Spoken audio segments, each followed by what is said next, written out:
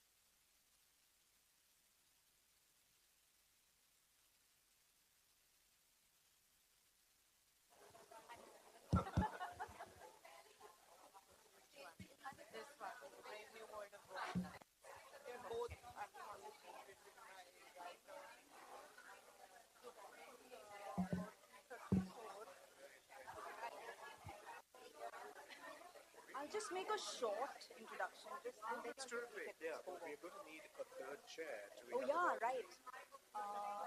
I think sit with the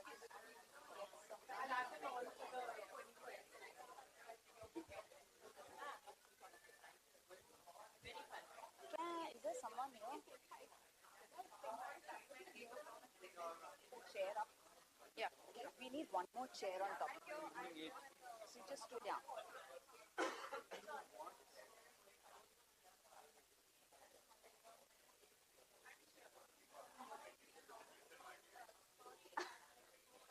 This is on Bombay. We'll have to put you in.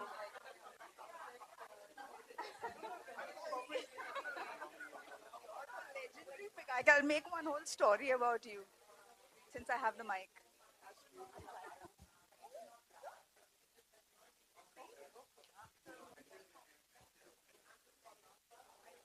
Are there more people coming? Deepa, George. We met, yeah. We met. We met, but very briefly, so I don't hold that I'm against you. Janita. I know. The FM book. Oh yeah. You I came know for you. that Yeah. when I did it last year. Are there more people coming? Yeah, just send some more.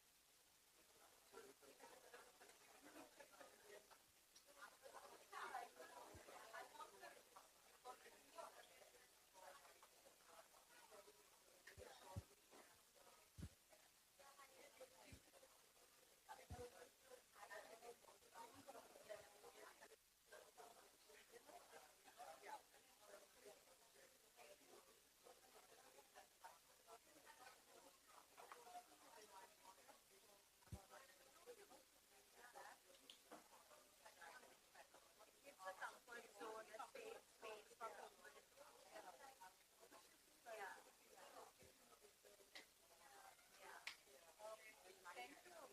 We're just waiting for. I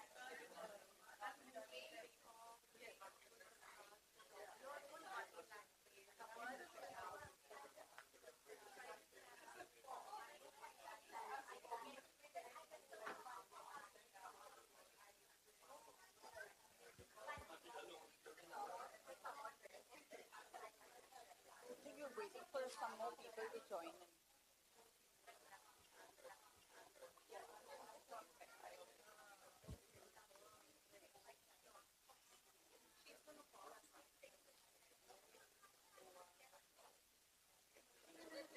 Should we start?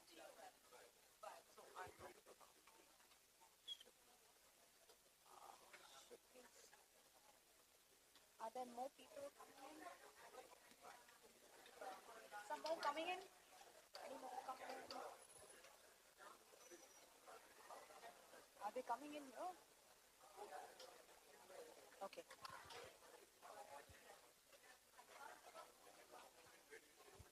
Okay, shall we start?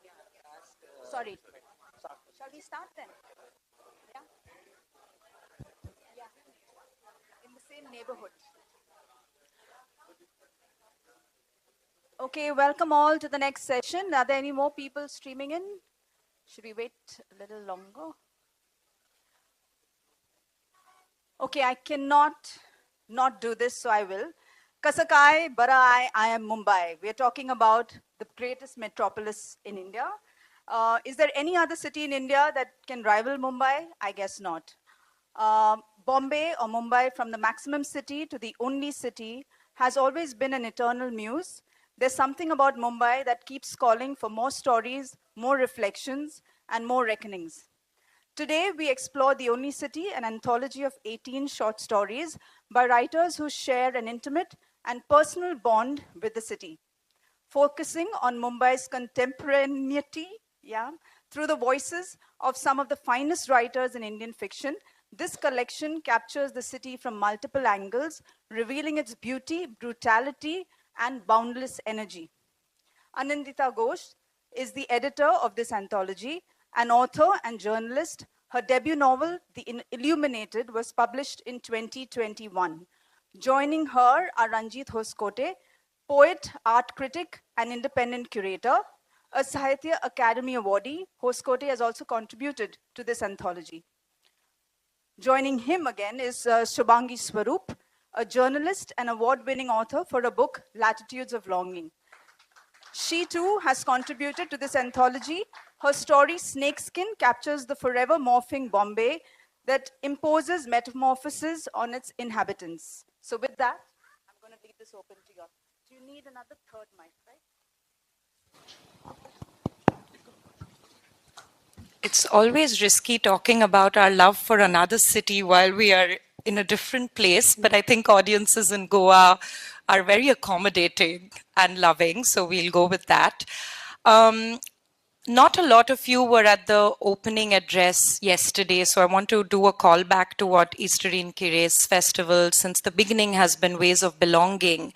And she was talking about, Ranjit, you were there, so add if you see fit. She was talking about the danger in culture, in the culture sphere, to label things as the mainstream and the margins, which brings us to the question of what is the mainstream, who is the margin. So when we speak about an anthology on Bombay, related to what she was saying, I wonder who is allowed to write about Bombay. Not everybody in this anthology, it's 18 stories by 18 writers. I have edited it and I have one story. Shubhangi and Ranjit have a story each. Not all the writers in the anthology are born and brought up in Bombay. Ranjit, you are born and brought up in Bombay, I believe. I was also partly brought up in Goa, so Okay. when I'm in Goa, I claim my dual citizenship. And so for people like Ranjit or Namita Devi Dayal, their stories in The Only City are set in the neighborhoods that they are so familiar with.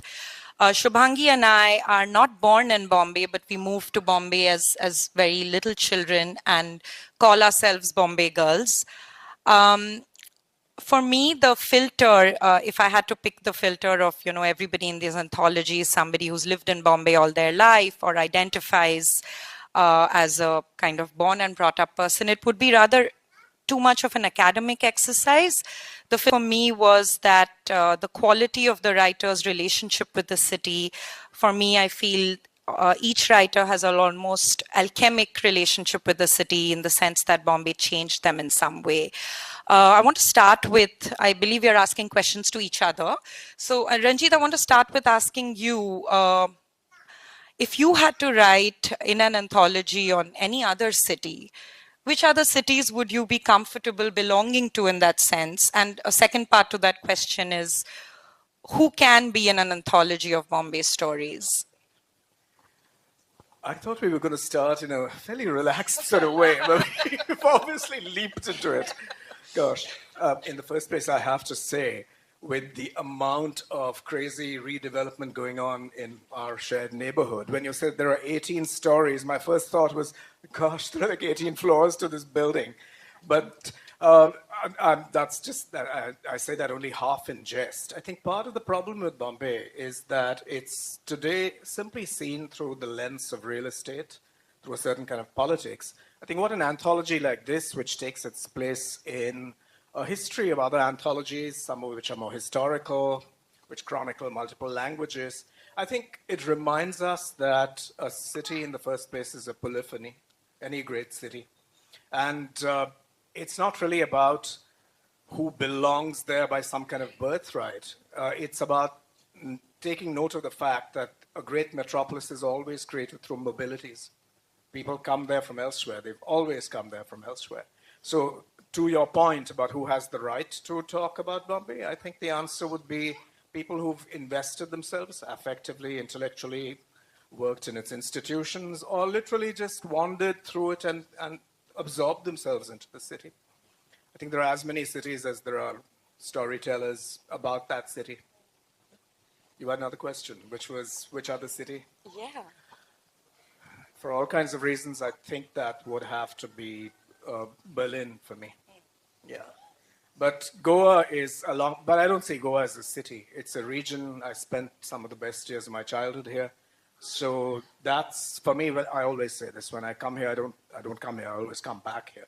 But that's another story. I think when we're talking about a city, we're also talking about a place of tensions and of claims and counterclaims. So maybe that's something we could talk about, because that's implicit in your question. Like what are these, what claim is each one of these storytellers making on the city? What I find singular about Bombay also is that somebody can be in Bombay for 3 weeks and feel like they completely belong, unlike, say, Calcutta or even Delhi in that sense. So I feel, like I said, it's the quality of your relationship to the city rather than the linguistic relationship or the duration of your stay. I wonder, Shubhangi, if you have something to add to that as a Bombay girl who's moved to Goa some years ago. I mean, sorry, I was lost in the conversation just listening.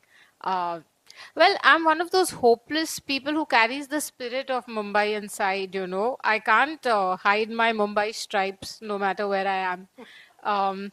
My first and only novel was set in all kinds of obscure and foreign places because I wanted to get as far away as I could from Mumbai and write in in a more evocative manner. I was searching for something, but the further I went, the closer it got me home. Like, for example, little things like bargaining, haggling, picking a fight, not picking a fight, but when we walk in Mumbai, it doesn't matter what size we are. If something happens, we have an opinion. In Delhi, you can't do that, right? You can't pick a fight with an auto guy or something. But I realized all these tics about me. Or in Kathmandu, I had placed myself in a dance bar for my book, and I posed as a pimp in order to sort of get, the grit. Like, it would be really lame if I went as a researcher. So once I was trying to, haggle and, find, I just posed as a trafficker from Mumbai saying, oh, my father-in-law is from Nepal and we need some women from Kathmandu. To abhi batao, what should we do? And I really found the Mumbaikar in me come out when they said we'll charge 1 lakh. And I was like, no way. I got into that spirit for Mumbaikar. Nahi, abhi Diwali mein bhi chutti. These are the kind of arguments we have. How much are you earning? How many holidays are you going to take? So it's one of those hopeless situations with me. Wherever I am, my stripes come out after a few hours. I start behaving like a Mumbaikar. And I have been in Goa for a while. And one trade secret about my story is that it's more Goa than Mumbai. I'll be honest. It's called snake skin. Um, a lot of snakes have been visiting me in my time in Goa. And this idea of belonging, do I belong to a city? Do I belong to an island? Do I belong to a coast? Do I belong to the Western Ghats? What am I rooted to? I'm really exploring that for myself, like almost like as a spiritual question. And I see no conflict between these two places. I feel like parts of Goa is how I imagine Mumbai would have been before it became such a crowded, chaotic, polluted place, Like, I wonder, is this how our mangroves were? Is this how our biodiversity was? We have dolphins in Mumbai. We have pythons. We have so much biodiversity. And it's almost like a longing when I live in Goa. Like, is this how it was for us too? I wonder if I could respond to that.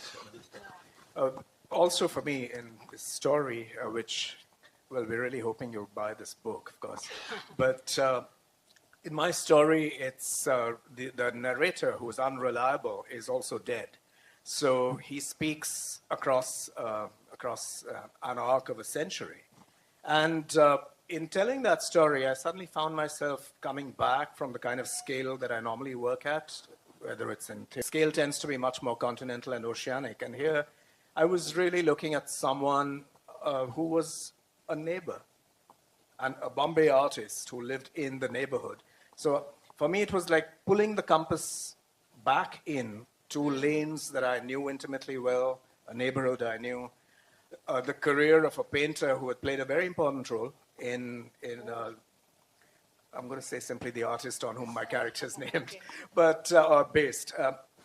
And that seemed to me to be a way also of thinking back to lost layers of the city's history, but not told in terms of history. It's also told through the tonality of resentment and rivalry, professional jealousy, enmity verging on hostility, things that I hadn't necessarily wanted to look at about the city, but which I think, having gone through the 80s and the 90s in the city, times of great turbulence, I felt that I needed to bear witness to that as well.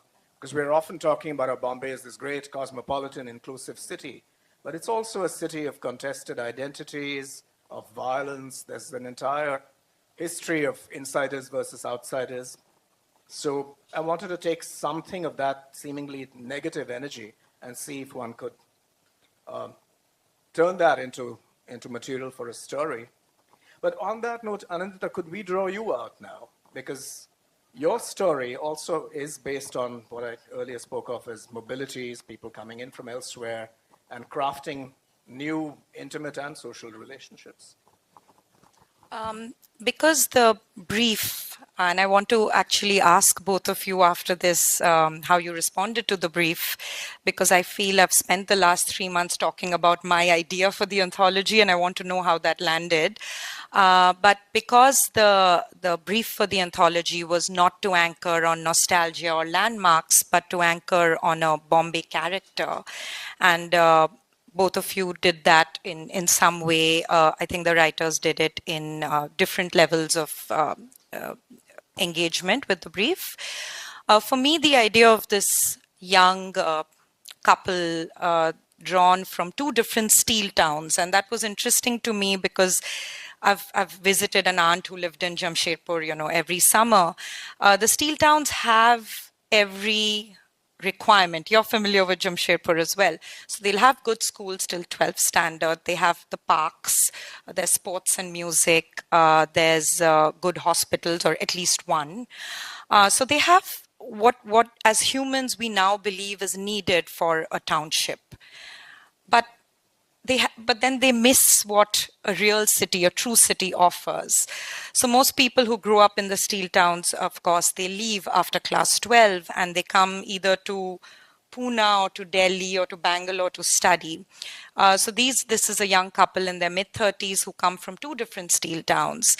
And the idea of Bombay that I wanted to kind of hit upon through their story was that when they go to a farmer's market dressed in crushed linen like everybody else, no one asks them where they are from, because to some level they are a bit embarrassed that they are not from a big city, although they are now the city's avocado eating elite. So the external markers of the culture they participate in and the real estate they purchase is what they thought was what people do in big cities.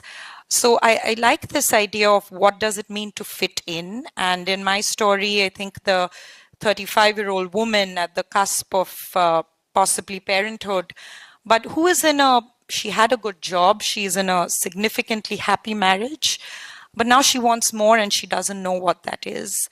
And what defines Bombay for me, another word is covetousness. I feel a lot of the characters in this book, they have things that externally look good. The nurse in Tejaswini's story has a good job, but now she wants a job in Dubai. The woman in Dharani's story is in a happy marriage, but now she wants love as well. So I feel that Bombay wants you to want more. And the steel couple in my story, they don't know what the more is because they already have what they thought they wanted. So it's this dilemma of, but something is still missing and we don't know what that is. And that is very Bombay to me. Just desire. Yeah, I like the word covetousness because there's a certain gray tone to it, but it could also be helpful for an artist or for certain people. I want to ask both of you how the kernel of your story evolved. Shubhangi was the only writer to whom I had a little more of a specific brief than others, because Shubhangi and I had spoken about, some time ago, you had spoken about the need for stories told from beyond the anthropomorphic point of view, which is something you've done in your novel, Latitudes of Longing, a bit. And she said, Anindita, why is everything told from, the perspective of a human? And why do we see the world from the height of a human? And when I was thinking of Bombay, I was, of course, thinking of the street dogs. And I had this idea of a story told from the perspective of a street dog in VT station. And I think that was one of the early conversations. And then there is no dog in Shubhangi's story at all, except maybe a dog that is peeing somewhere. But she did. Human being on the wall. A human being. Yeah, there is no dog. But she did respond in the sense of a story which goes beyond the kind of human storytelling aspect. But I want to ask you how you arrived at it and what made you think it's a story that belongs in a Bombay anthology. Because like you said, it could be a Goa story. Well, this is a tough one because the brief, You've forgotten the brief. As much as I wanted to, be loyal to it, it left the story a while ago when I was writing it. Um, I started off also with this idea of urban legends. You know, I've been trying to research urban legends in Mumbai, and I haven't come across many, and they're generally quite disappointing because they're like corrupted by this Bollywood idea of what a legend should be. Some woman got murdered and a ghost roams around, or something like that. You know, so I thought, okay, I have a snake. Let's gift my city this cool urban legend. Then of course we all carry the baggage of having watched Nagin and Nagina in our childhood. And I was like, no, that's not my snake, you know. And slowly, like, as I started to listen to the character or like, you know, noticing snakes in the neighborhood, even in Goa, the way they come in and out, it struck me that so there is the ghost of a snake in my story who comes and keeps knocking on this rich guy's door saying, I used to live here, and he gets freaked out. So in a way, this idea of inhabitants, ghosts, longing, her longing, the snake's longing to have been in this patch where it found happiness or whatever. I don't want to say happiness. I'm just trying to, what happens when I insert a snake in a neighborhood? And if I do it literally, then it becomes a literal story about human man versus animal rather than an emotion, to explore that idea of belonging, to actually bring empathy to this equation and bring in geological time. I had to give it that element of magic and transformation.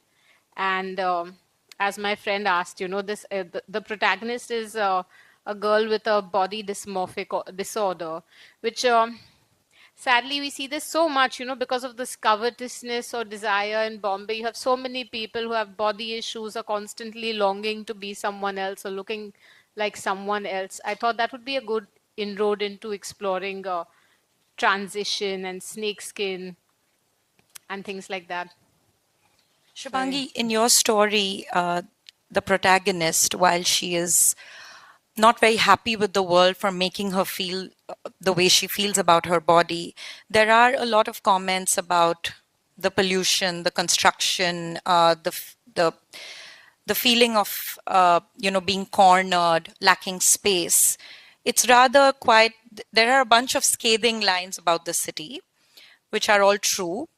And I find that interesting in a bunch of stories. In Yogesh Maitreya's story, the Dalit protagonist says Bombay was too loud for him to hear the sound of his own thoughts. Yeah. Or in Lindsay Pereira's story, which is about a life cycle of a street urchin outside Grant Road Station, says that Bombay has the relentless promise of giving you something without ever giving you anything. And to me, it was interesting and important that if you are, I love Bombay and I'm an unabashed Bombay fan. When Paromita Vora in the previous session with Karanjit said she loves being in love with people and with things, Bombay is an eternal love story.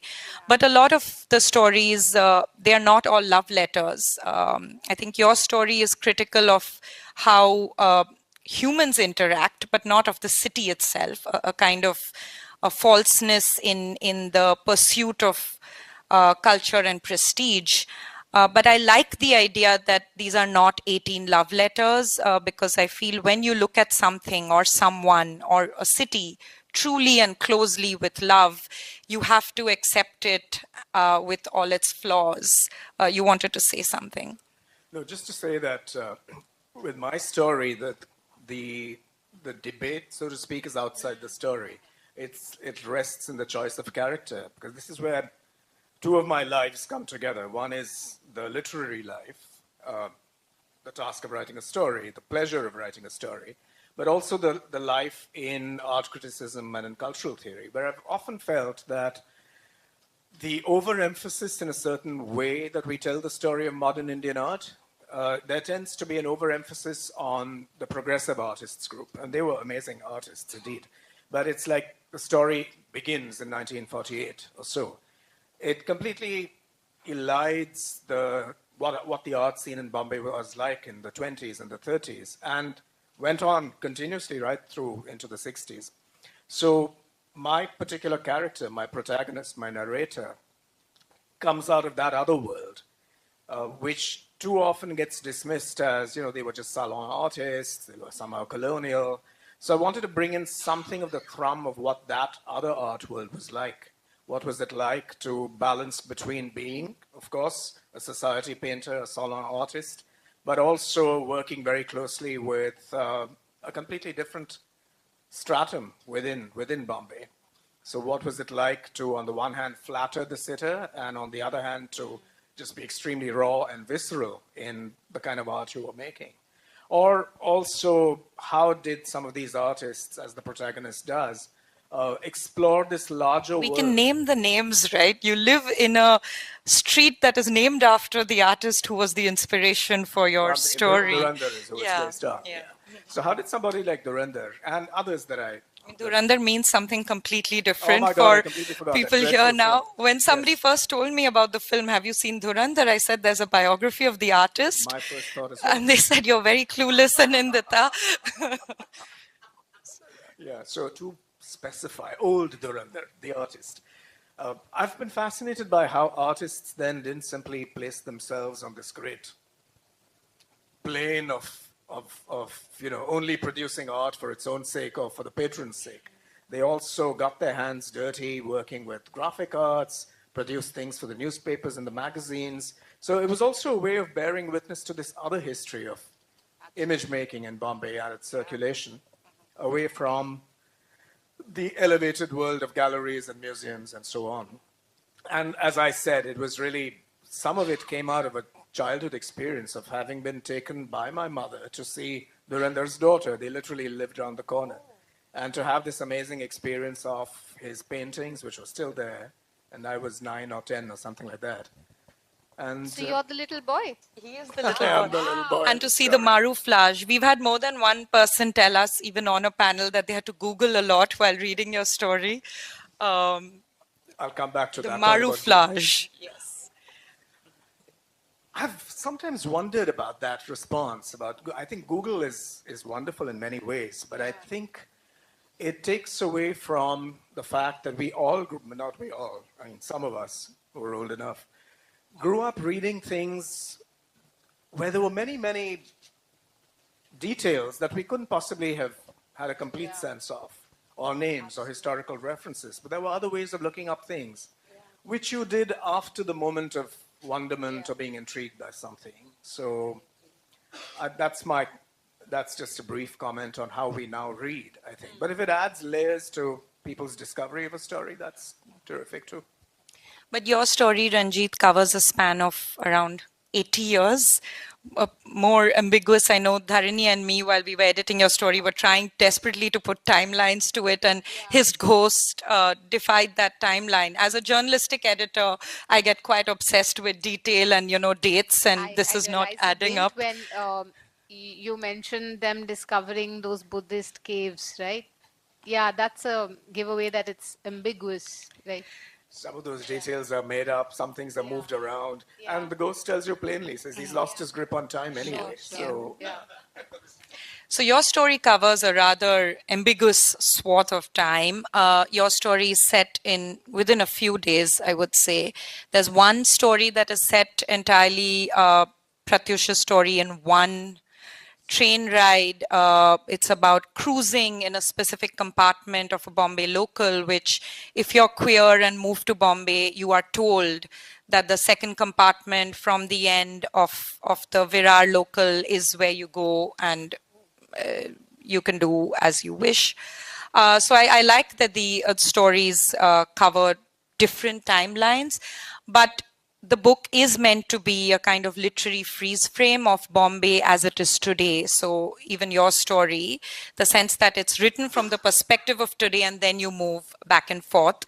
Since we were talking about love, I want to read a few paragraphs from the editor's introduction about my relationship with Bombay, and then I will, since I've already written it, I'm just going to read. You guys have the tougher task of having to say something on your own, so you can think while I'm reading.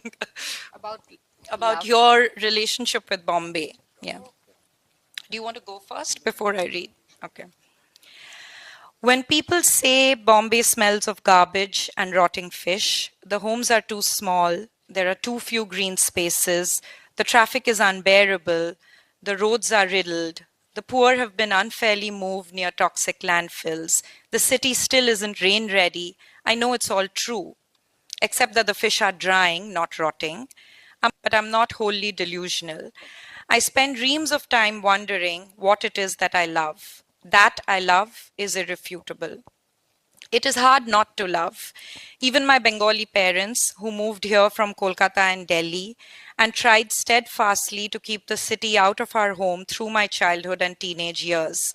No Hindi movies, river fish over sea fish, Darjeeling tea over chai, now love. They have finally left behind the mangoes of their childhood and become besotted by the Alfonso. And Vivek Menezes once wrote a piece for Mint Lounge about the origins of the Alfonso being from here. So I wanted to make that aside. Admittedly, Bombay is no city of joy, of lights, lakes, hills, those trifling things from which many other metropolises draw their names. It is not a place of aching beauty, but it carries a quality of everyday pageantry. A sea laps at its edges all the way from the north to the south. It is Dolby Digital thunder and torrential rain pelting down. It is a film shoot in that chalk blue cottage in Bandra. It is Dadar flower market at dawn. A diaphanous pink dupatta fluttering out of the ladies' compartment. The soundtrack of Muhammad Ali Road at noon. The TV actor pretending to shield their face from paparazzi they've paid. The family of four savoring Kala Khutta Golas at Juhu Beach on a Sunday evening. Is it any coincidence that Bombay is shaped like a continent? The city holds countries. In the Andheri building where I grew up, each of the 4 flats on our floor housed a different word for mother. So there it is.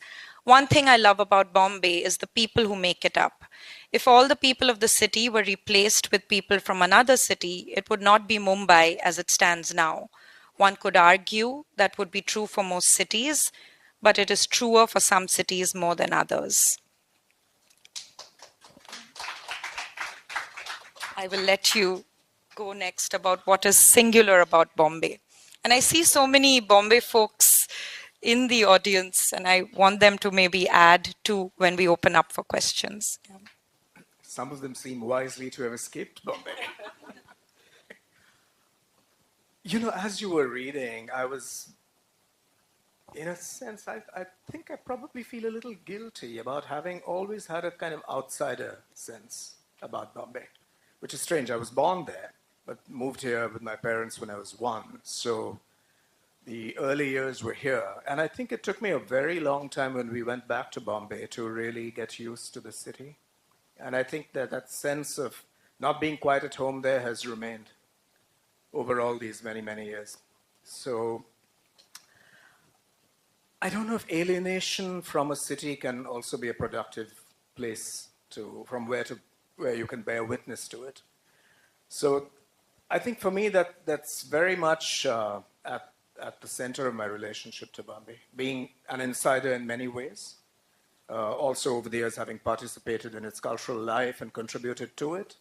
But there's always a sense of being somehow outside of its momentum and its crises. And I think the story also emerges in a way from there, because through the story, in a way, what's insistent is realities of landscape and seascape. I found myself focusing very much on what seems to me to be the elemental substratum of the city, on which the city rises in a way, and which it denies. I think the presence of water, I've always been struck by how in Bombay we turn away from the water in fundamental ways. I think this has partly to do with the colonial mapping of and access to the waterfronts. It's always seen through a largely bureaucratic and military lens. But I'm struck by how also the only relationship we cultivate with water is what we call reclamation.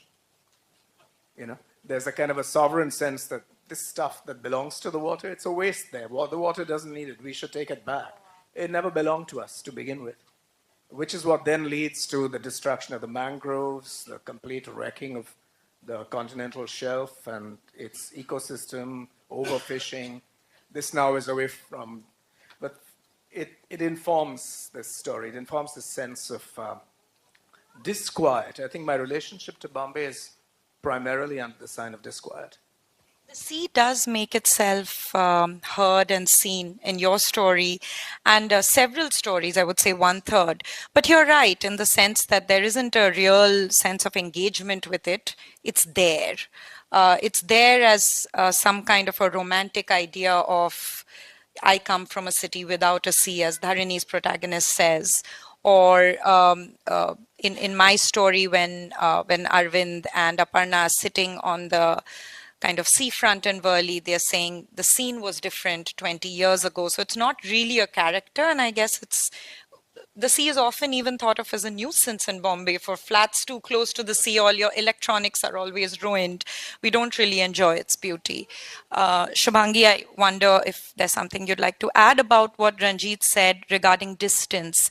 Has being away from Bombay helped you see it more clearly? Do you think it'll make itself visible in your next book or in what you're writing now in a way that it wasn't really in your first novel?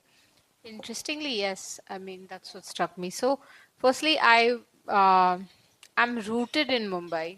I want to stay away from words like love and what is so, what is this singular, characteristic or unique about Mumbai. Um, I'm rooted in the city, but I'll be honest, it's a city I grew up in, but now I choose not to raise my children there at a great cost. My parents are there, my spouse is there, but it's become untenable at so many levels. Not just the AQI and the pollution, but also the love for screen, the kind of, the obsession with consumerism at all levels. So I have, what shall I say? I'm actively engaging with my relationship with the city right now.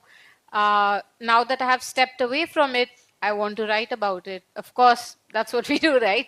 And I feel like we have a little bit of a low self-esteem, when it comes to the city and it's the Mumbai curse. The way we look at our tree, I I was at Literature Live having a discussion with the children about biodiversity of the city. And they were like, yeah, we went to Singapore and we saw dolphins. And I was like, we also have dolphins.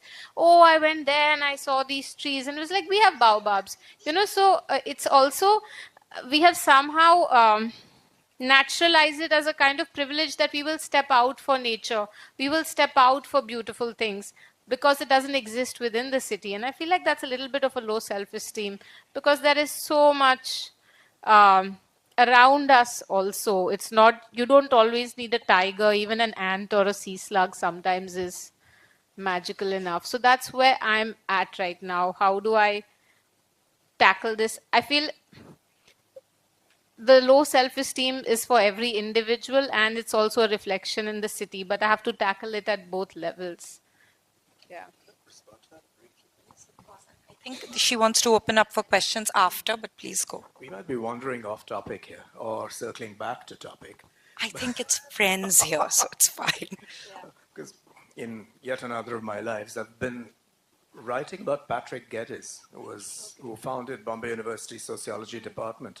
But he was a Scottish town planner and a botanist.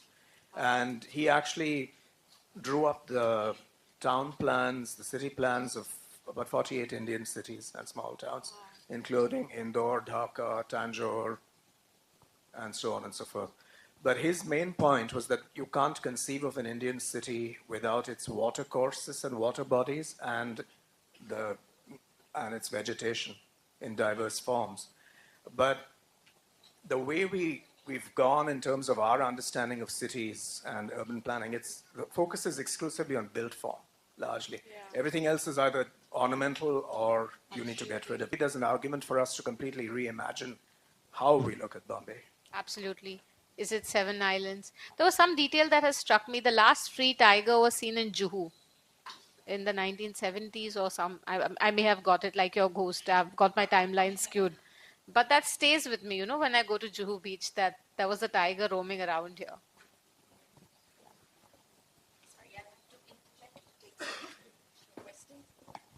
What really got me is when this article that I read today, in fact, was that there's less than 9 square feet of open space per person in Bandra, which I thought was just shocking. from having In Bombay or in in Bandra? Bandra. They're talking about specifically in Bandra, but a place that had so-called so much of open space. There's less than that, so which is shocking. I'd like to open this for more questions.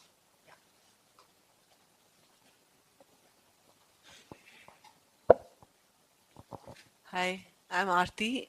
This is actually a comment more than a question. I live in Mumbai. Bombay. I don't like to say Mumbai for about 5 years, but I lived on the same road as the gateway, so it felt like I was living in a different city.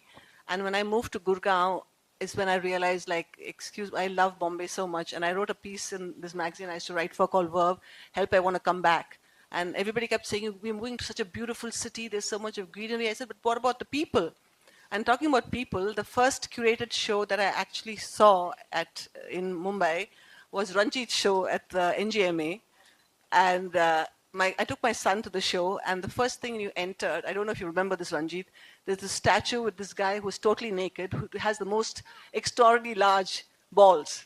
So my son goes and says, how come he's not wearing chaddis? Do you remember this show, Ranjit? Yes. Yeah. The first show at NGMA when they first opened that. Wasn't it the first show, I guess? No, it wasn't the inaugural show, but it was part of a very early edition of the Kalagura Festival. Yeah, so that's my introduction to NGMA and to art in Mumbai. Yeah, these days I think they would prefer sculptures like that to have their chaddis on. I know. Preferably khaki chaddis. Yes. I love the city, and I'd give anything to go back. And it reminds me so much of New York, actually, with the same kind of water, same kind of energy, and the same kind of wanting and coveting something more, even if you live in Manhattan, So I think that's something similar. I love both the cities, so. We're signing copies after the talk.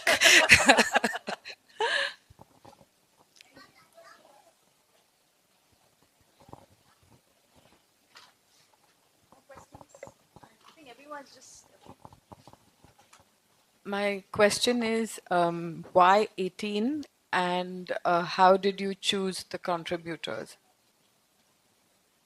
Difficult question, both parts of it. When I thought of putting together an anthology, I thought of a dozen stories. I thought that's a good number. I had I wouldn't say mediocre, I would say a slightly above mediocre ambition for what I wanted this to be. I was in between novels and feeling really nervous as a novelist that, it's going to take 4 years to write the next book. And I had a story in mind and I wanted to place it. So the initial impulse was selfish. I wanted a home for the story that I wanted to write. When I started asking people, everybody said yes. I don't know if Jerry has left, but Jerry too had said yes. But then he withdrew his story for reasons not concerning me, something about he didn't like the contract wording. So everybody I asked actually said yes. And then, once Ranjit said yes and Shanta Gokhale said yes, I feel the ambition for the anthology grew. I knew I was going to have a big publisher. And then there was a corpus of money. I had to stop at 18. I could have had 24 stories for a very boring reason that I wanted everybody to get paid somewhat decently so it would get further divided. And I thought 18 was a good number to kind of cap at, a dozen and a half.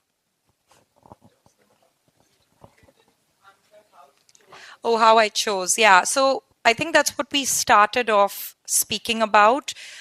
For me, there are a lot of anthologies on Bombay. One that Jerry and Shanta have edited, an anthology called Maya Nagri, which is a curated anthology of existing works, includes translated works. Jerry and Naresh have edited an anthology called Bombay Meri Jaan, which again has everyone from Manto to Pico Iyer. Editing an anthology retrospectively allows I think for us to be fairer in a term that, in a way that people understand fairness or would value fairness, and I can make sure that I'm covering many different kinds of voices, that I'm covering translation. There have been new anthologies on Bombay which are by single writers, so Marzban Shroff, Vikram Chandra. There hasn't actually been an anthology with new writing, which was on commission. It was a difficult exercise choosing. I started off with some writers who I knew would have differential points of view. Like I said, I was interested in the diversity, in the quality of the writer's relationship with Bombay. I didn't want more than 3 writers who were born and brought up. I wanted a few writers who are not in the country anymore. I did want writers who would speak from communities that we don't hear much from. But I didn't want it to be a DEI exercise, and it's not a perfect exercise. I didn't want to include stories just because I want to, make this book look like we are fulfilling some kind of a mandate. There have been a couple of reviews, I think one in particular that pointed out that the reasoning for inclusion is not clear. But the review also said that all the stories are brilliant. So I think quality is a fantastic reason for inclusion, but there's much more to be done. I want to end the answer by quoting the poet Arvind Krishna Malhotra, who said, and I've quoted him in the intro as well, that no anthology is objective. So anybody else commissioning the anthology, even today in 2025, the mix would be different. And that's what makes it my anthology, I guess. And I'm really happy with all the stories in it.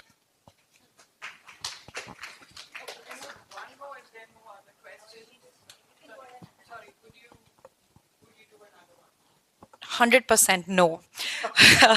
I thought this would be a quick exercise. Like I said, the impulse was selfish. I thought it'll be 2 to 3 months. I'm asking fairly good writers. But I do want to say... No, but I do want to say that actually 4 writers in the anthology, and surprise of surprise, including Ranjit, are first-time fiction writers. So Ranjit, Raghu, Pratyush, and Jairaj, but they are all known for their writing and work in other contexts. So I was assured of quality in that sense, but it took 2 years. I had another job, but it took 2 years. I hadn't anticipated that I would have to talk to agents of half of these writers, and that writers would be complaining about the wording of the contract, things like that. So I really enjoyed doing it, but and people have asked me if there's a part 2, and people have asked me if there's a Bombay, if there's a Delhi and a Bangalore version. I would love somebody else to do that and invite me to write a story. Because as a novelist, I want to be selfish and focus on my own writing. When I complained to Ranjit that, it took really long, it could have been much quicker, Ranjit said, but it shows. So I thought that was a good compliment.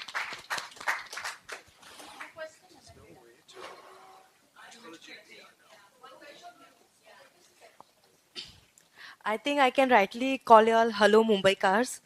So I do not have a question as such, but I was really so very fascinated when you all spoke about Mumbai. So I'm a Goan. I'm based in Goa, and last year, all of a sudden, it just struck me, half an hour before I made a plan to go to Bombay. All of a sudden, without telling anybody, it was on Independence Day. I wanted to do something freely for myself, and I don't know why I chose Bombay, because Dandeli was also in my list. But I chose Bombay.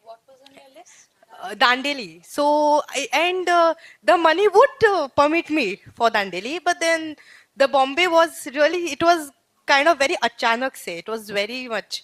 And then what happened was, I took my younger brother with me.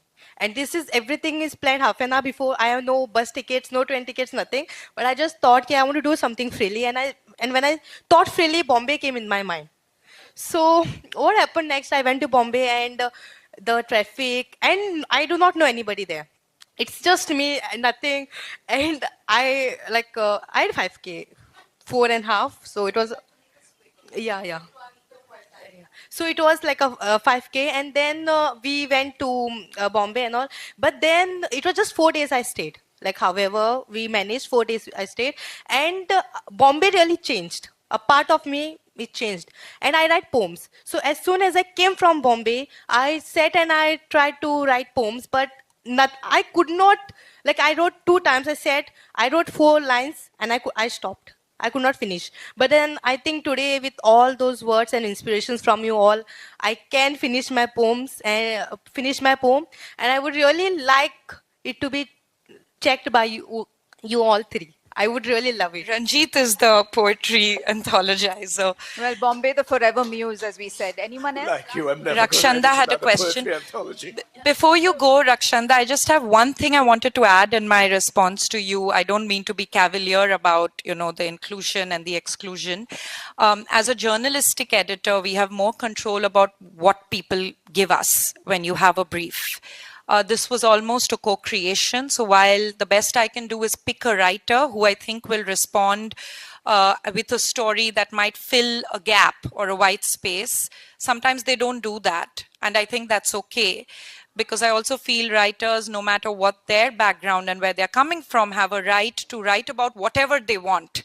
So just because you come from a certain socio-demographic background, your story needn't necessarily be set there. So when I asked Lindsay Pereira, because